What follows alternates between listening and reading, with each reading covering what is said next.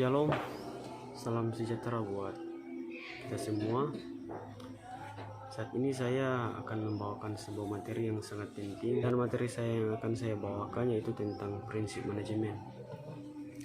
Dan dalam sebuah prinsip manajemen ini ada dua poin utama yang saya ambil. Yang poin pertama, bahwa semua manajemen yang dikatakan berhasil ketika seseorang yang mampu memanajemen dirinya terlebih dahulu dibandingkan memanajemenkan fokus-fokus yang lain. Sebuah manajemen dikatakan berhasil seperti yang sudah dikatakan tadi, bahwa seseorang harus memanajemen dirinya terlebih dahulu ketika dia mau membangun suatu usaha yang dia lakukan atau merancangkan suatu rencana yang ingin dia lakukan. Seseorang harus memanajemenkan dirinya terlebih dahulu. Dan dalam poin yang kedua, bahwa manajemen yang benar adalah manajemen yang berasal dari Tuhan, atau manajemen yang didasarkan dengan firman Tuhan. Karena sebuah manajemen yang berhasil ketentuannya bersumber dari Tuhan. Kalau kita bisa lihat dalam Alkitab, terdapat dalam Kolose 3 ayat 23, itu menuntut bahwa manajemen yang berasal dari Tuhan atau didasarkan dengan firman Allah adalah manajemen yang bisa dikatakan berhasil. Di sini kita akan masuk pada poin yang pertama dalam sebuah prinsip manajemen. Dan dalam poin yang pertama ini ada pikiran yang baik dalam sebuah manajemen. Di sini ada penjelasan yang saya buat, bahwa dalam melakukan sebuah perubahan dalam suatu tujuan yang ingin dicapai, seorang yang merencanakan sebuah tindakan yang membuat berkembangnya sesuatu yang disusun harus memiliki pikiran yang baik. Karena ketika seseorang merancangkan, bukan dari apa yang dia lihat, rancangan itu apa yang timbul dalam pikiran. Artinya kalau berbicara soal pikiran yang baik, bukan pikiran jahat. Karena kalau pikiran kita bukan baik, maka manajemen yang kita lakukan adalah manajemen yang asal-asalan atau manajemen yang berantakan. Nah, dan pikiran yang baik itu harus berdasarkan kebenaran atau firman Tuhan. Sebuah pikiran baik yang dari seorang dalam melakukan suatu manajemen adalah sebuah tindakan awal. Nah, pikiran yang baik ini adalah tindakan awal yang kita lakukan ketika kita ingin melakukan suatu manajemen. Tindakan awal atau gambaran awal dari sebuah keberhasilan. Nah, di sini ada 3 poin dari poin besar pertama, bahwa tanda dari orang yang berpikir baik. Artinya 3 poin ini yang menjadikan pikiran baik itu ada dalam sebuah tindakan kita untuk merancangkan sesuatu. Yang pertama, hati yang baik. Kedua, perilaku yang baik. Dan ketiga, kehidupan yang baik. Dalam slide yang ketiga ini kita akan membahas sedikit tentang poin yang pertama dari poin besar yang kedua yang telah kita bahas tadi. Yang pertama tadi sudah dikatakan bahwa hati yang baik itu adalah poin yang pertama. Di sini adalah penjelasan mengapa perlu hati baik untuk sebuah pikiran yang baik.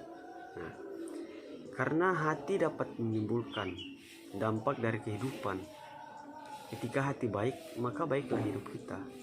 Dan kalau hati kita jahat, maka ketidakberesan dalam hidup kita akan terjadi di dalam sebuah kehidupan.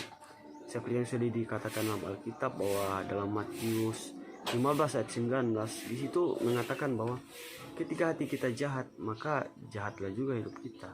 Artinya ketika kita ingin membuat suatu rencana hidup atau ingin menyusun sebuah manajemen, perlu hati yang baik agar pikiran kita terkontrol.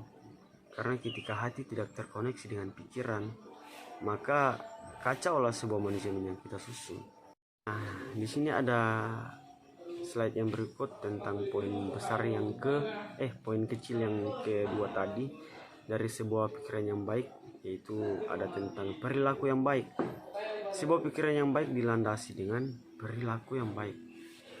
Nah, sini saya ambil dari tokoh seorang Ayub, bahwasanya ketika Ayub, kita sudah tahu bersama ya kisah dari seorang Ayub. Seketika Ayub itu dilanda oleh sebuah kejadian yang sangat menyeramkan. Keluarganya mati, semua yang dia miliki hilang seketika. Dan di situ Tuhan menguji hatinya. Bahwasanya kita bisa lihat dari ketaatan Ayub atau kesetiaan Ayub dengan sebuah kesetiaan yang besar dari Ayub oleh Tuhan. Tuhan melihat sebuah perilaku Ayub, di mana ketika semua miliknya diambil oleh Tuhan, dia tidak berperilaku buruk. Perilaku dari sebelumnya tidak dirubah oleh Ayub. Kita bisa melihat di dalam dunia ini ada sebuah orang, banyak orang di dunia ini, ketika hak miliknya diambil, maka berubahlah kehidupan mereka. Mereka menjadi tidak seperti yang diharapkan. Mereka menjadi pemberontak. Tapi ini adalah contoh Alkitab yang saya ambil, bahwasanya Ayub ini adalah perilaku seorang yang sangat baik. Nah, di sini dalam Yakobus 5 ayat 11, salah satu contoh yang saya ambil saya sentil sedikit dari kehidupan Ayub. Sesungguhnya kami menyebut mereka berbahagia, yaitu mereka yang telah bertekun. Kamu telah mendengar tentang ketekunan Ayub, dan kamu telah tahu apa yang pada akhirnya disediakan Tuhan baginya. Karena Tuhan Maha Penyayang dan penuh belas kasihan. Sini adalah salah satu contoh kenapa perilaku yang baik ini menandakan pikiran orang itu bisa maju dalam sebuah apa yang dia ingin rencanakan. Karena dengan kaitannya, ketika seseorang berperilaku yang baik, timbullah pikiran yang baik. Kita akan masuk pada poin besar yang ketiga, yaitu tentang 5 hal yang harus kita ketahui dalam mengatur sebuah bisnis. Dan sini ada poin yang pertama tentang divisi kerja. Nah, tentang divisi kerja ini saya mengambil contoh dari seorang Nuh. Kita akan mengaitkannya bersama. Seperti yang sudah dikatakan dalam slide ini, bahwa Nuh adalah tokoh Alkitab yang memiliki manajemen yang baik. Karena pada saat pembuatan Batra, divisi kerja yang ada pada Nuh adalah sebuah kemustahilan sebenarnya ketika Batra itu selesai dibuat tanpa adanya divisi keuangan yang dilakukan oleh Nuh. Nah, divisi kerja yang dilakukan Nuh adalah divisi tentang hubungannya dengan Tuhan. Artinya divisi ini bukan hanya tentang hal keuangan, tapi untuk mengandalkan Tuhan, untuk menaruh Tuhan dalam divisi kerja kita, itu adalah sesuatu yang sangat baik untuk membangun atau menyusun sebuah rancangan itu dapat berjalan sesuai dengan harapan. Ini ada poin yang kedua dari 5 poin tersebut, yaitu tentang wewenang dan tanggung jawab. Sini saya ambil tentang kisah dari seorang Raja Salomo. Saya kita sudah tahu bersama bahwa Raja Salomo itu terkenal dengan hikmat yang sangat hebat darinya. Sini ada sedikit pembahasan bahwa tokoh dari seorang raja Israel, yaitu Salomo, mempunyai hikmat yang besar. Karena hikmat yang sangat besar dari Raja Salomo, semua hal-hal yang ingin dilakukan, baik itu pekerjaan dan lain-lain, semua dapat terlaksana dengan baik. Hikmat dari Raja Salomo menjadikan pribadinya adalah pribadi yang mempunyai wewenang beserta tanggung jawab yang besar. Nah, sini ada sebuah ayat yang saya ambil dalam Raja-Raja 4 ayat 29. Dan Allah memberikan kepada Salomo hikmat dan pengertian yang amat besar serta akal yang luas seperti dataran pasir di tepi laut. Wewenang dan tanggung jawab ini sangatlah penting. Tapi dalam wewenang dan tanggung jawab harus disertai sebuah perkenanan Tuhan. Dan ketika Tuhan ingin berkenan, maka seperti kisah dari seorang Salomo, hikmat yang diberikan Tuhan untuk Raja Salomo, karena dia adalah orang yang berkenan kepada Tuhan.